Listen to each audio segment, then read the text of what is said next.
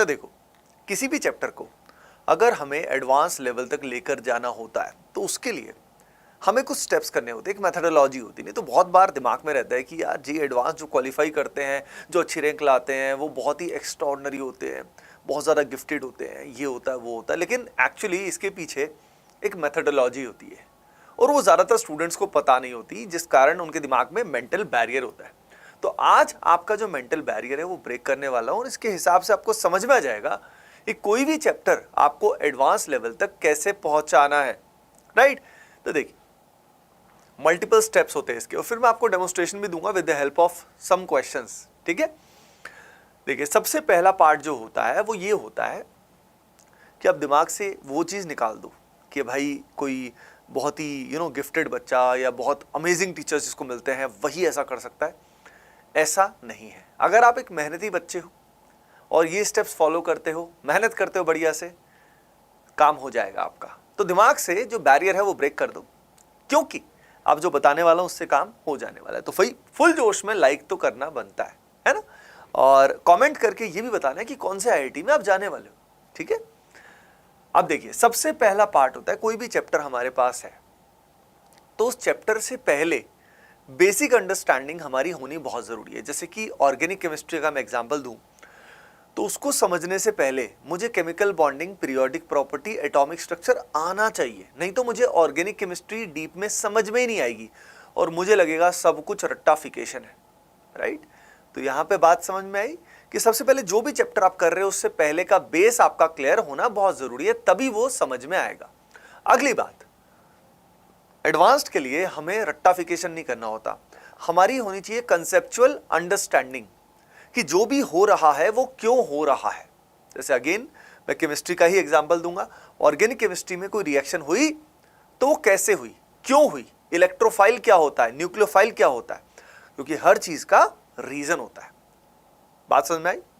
Physics में भी अगर कोई भी चीज हो रही है तो प्रोसेस क्यों हो रहा है, फ्रिक्शन का डायरेक्शन अगर पीछे की तरफ लग रहा है तो क्यों लग रहा है, हर चीज का रीजन, ये फॉर्मूला आया तो क्यों आया।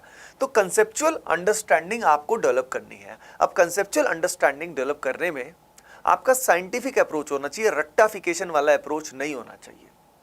आपको समझना है, ये नहीं कि बस फॉर्मूला रट लिए हो गया। एडवांस्ड इसके लिए नहीं है, समझ रहे हो आप सभी।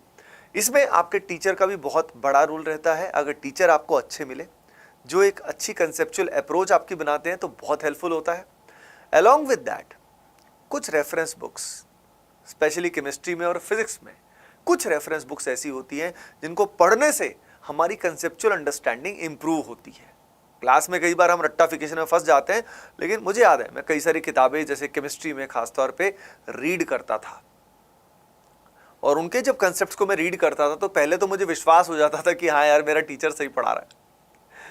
तो और दूसरा, खुद का कॉन्फिडेंस बढ़ता है, हमारा खुद के अंदर अंडरस्टैंडिंग बहुत डेवलप होती है। तो कम से कम एक एक रेफरेंस बुक आपकी केमिस्ट्री में होनी चाहिए, फिजिकल, ऑर्गेनिक, इनऑर्गेनिक की। और फिजिक्स में भी जैसे मैं रेसनिक हेलिडे पढ़ता था, काफ़ी कंसेप्ट्स उससे मेरे क्लियर होते थे, तो इससे आपकी कंसेप्चुअल अंडरस्टैंडिंग होगी।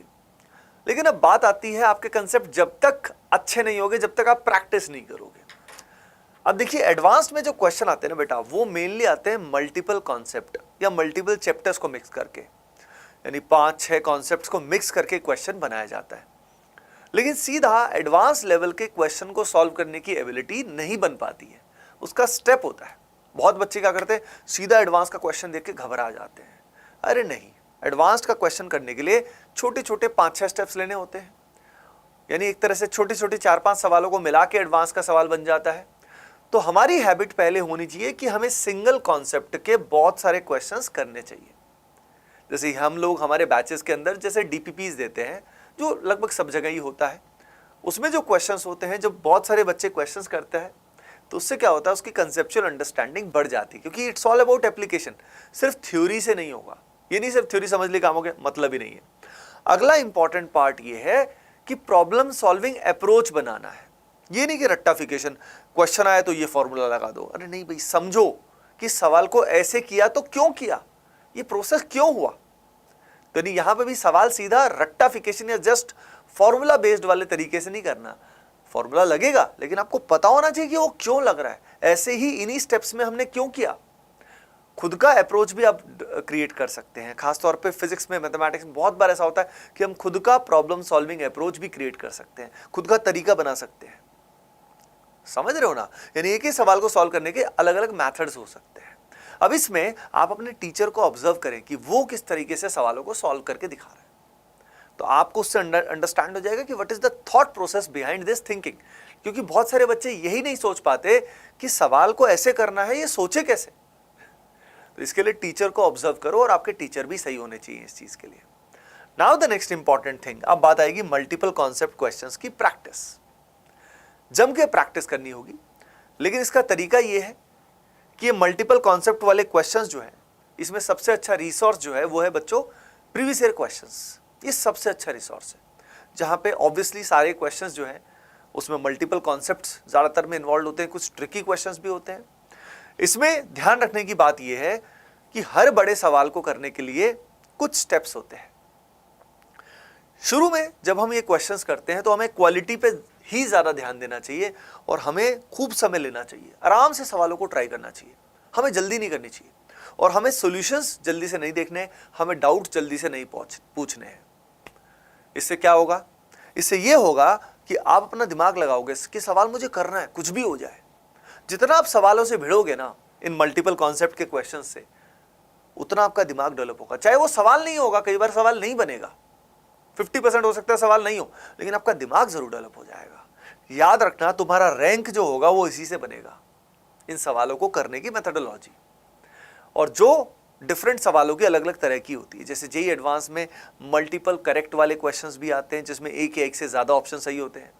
मैचिंग लिस्ट टाइप के क्वेश्चन भी आते हैं, पैराग्राफ बेस्ड क्वेश्चन भी आते हैं, integer based, numerical value based questions भी। तो तरह तरह के क्वेश्चंस आते हैं, जिनको करने का अप्रोच तरीका अलग अलग होता है। वो हम with more and more practice हमें तरीका समझ में आ जाता है कि कैसे करना है। और इसमें अगेन टीचर्स को देख के, जब टीचर्स सॉल्व करके दिखाते हैं तो अपने आप अंडरस्टैंडिंग आती है, अच्छा ऐसे करते हैं यार, this is how the approach is there, right. तो वो अप्रोच एक बार डेवलप हो गई कि किस तरह के सवाल हम कैसे करते हैं, तो काम हो जाता है। लेकिन जिसके लिए खूब जम के प्रैक्टिस करना है, फिर हमें बाद में टाइम बाउंड प्रैक्टिस करनी, क्योंकि वही सवाल जिसमें हम आराम से समय लेते हैं, लेकिन मॉक टेस्ट में तो ज़्यादा समय होता नहीं, तो लिमिटेड समय में हमें प्रैक्टिस करने की हैबिट होनी बहुत ज़रूरी है। चलिए अब मैं आपको डेमोन्स्ट्रेशन देता हूँ, जैसे कि ऑर्गेनिक केमिस्ट्री का एक डेमोन्स्ट्रेशन देता हूँ। जैसे कि यहाँ पे एक डेमोन्स्ट्रेशन है, यहाँ पे एक डेमोन्स्ट्रेशन है। अब एडवांस में इससे भी बहुत अच्छे अच्छे क्वेश्चन आ जाते हैं, पर मैं एक एग्जांपल देता हूं। जैसे कि ये एल्केन हमें दिया है, यहाँ पे Cl2H लिया, बने इसमें X कायरल प्रोडक्ट्स, और यहाँ पे फ्रैक्शनल डिस्टिलेशन करके Y बन गया। अब इसमें दो तीन कॉन्सेप्ट्स को मिक्स किया हुआ है, एक तो कायरलिटी को, एक फोटो हेलिजिनेशन को, एक फ्रैक्शनल डिस्टिलेशन को। तो यहाँ पे आपको तीनों कॉन्सेप्ट आने चाहिए।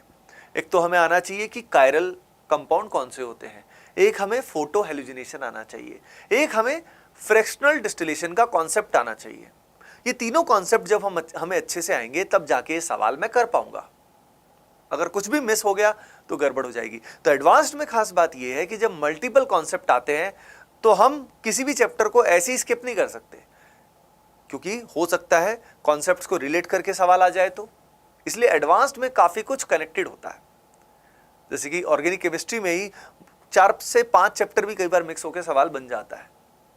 तो इसीलिए एडवांस्ड में ध्यान रखना जरूरी है कि जो कनेक्टेड चैप्टर्स हैं उनके कॉन्सेप्ट्स हमें आते हैं कि नहीं आते हैं। वो अगर नहीं आते हैं तो हो सकता है सवाल का एक पोर्शन आपको समझ में ही ना आए। इस बात का हमें ध्यान रखना है, राइट। जैसे कि अगला क्वेश्चन है, देखिए इसमें मल्टीपल चीजें हैं। बेंजीन दिया हुआ है, ये एल्कीन दिया हुआ है, H+ दिया हुआ है, फिर ऑक्सीजन, फिर हाइड्रोलिसिस, फिर ब्रोमीन वाटर। ये सारे रिएक्शंस अलग अलग रिएक्शन है। पहली reaction Friedel Crafts reaction type का है। फिर अगली रिएक्शन जो है बेटा वो है क्यूमीन से पेरोक्साइड, क्यूमीन पेरोक्साइड रिएक्शन, जिसमें हमारा फिनॉल बनता है। और फिर फिनॉल का ब्रोमीन वाटर के साथ रिएक्शन है, जो टेस्ट की तरह भी काम आता है। अब ये सारे रिएक्शंस इंडिविजुअली अगर हमें पता है तो ये सवाल हमारे लिए बहुत आसान हो जाएगा। यानी ऐसे देखा जाए तो सवाल में मल्टीपल रिएजेंट है, लेकिन इंडिविजुअली इसको हम पहले इतने पोर्शन पे फोकस करें, फिर इतने को देखें, फिर इतने को देखें, तो सवाल हमें क्या लगेगा, आसान लगेगा। तो एडवांस्ड में कितना भी बड़ा सवाल हमारे सामने बेटा हो, हम उसको छोटे छोटे पोर्शन में ब्रेक करके बहुत आसानी से सॉल्व कर सकते हैं। लाइफ में भी ऐसा ही होता है। लाइफ में अगर हमारे पास कोई बड़ी प्रॉब्लम हो जाए तो बड़ी प्रॉब्लम एक बार बहुत भयावह लगती है, इसके बहुत सारे पुर्जे लगते हैं, यार ये कैसे सॉल्व करूंगा, कम से कम 10-15 इश्यूज लगते हैं। लेकिन अगर मैं एक बार में एक को पकड़ूं कि चले यार एक बार एक चीज को तो सॉल्व करूं, वो सॉल्व हो जाएगी, कॉन्फिडेंस बढ़ेगा, दूसरा करूंगा। तो एडवांस्ड के question are like that only, they are big problems, बड़े क्वेश्चंस होते हैं। लेकिन बड़े क्वेश्चंस जो होते हैं बेटा, उनको सॉल्व करने के लिए हमें क्या करना होता है, हमें उनको अलग अलग पार्ट्स में ब्रेक करके सॉल्व करना होता है, which makes it very much easy. बहुत आसान हो जाता है हम सबके लिए उन क्वेश्चंस को करना। इस प्रोसेस में आपकी प्रॉब्लम सॉल्विंग अप्रोच जो है बेटा, it will become better and better. तो एडवांस्ड में सवालों को करने का भी एक मेथडोलॉजी होता है, तरीका होता है।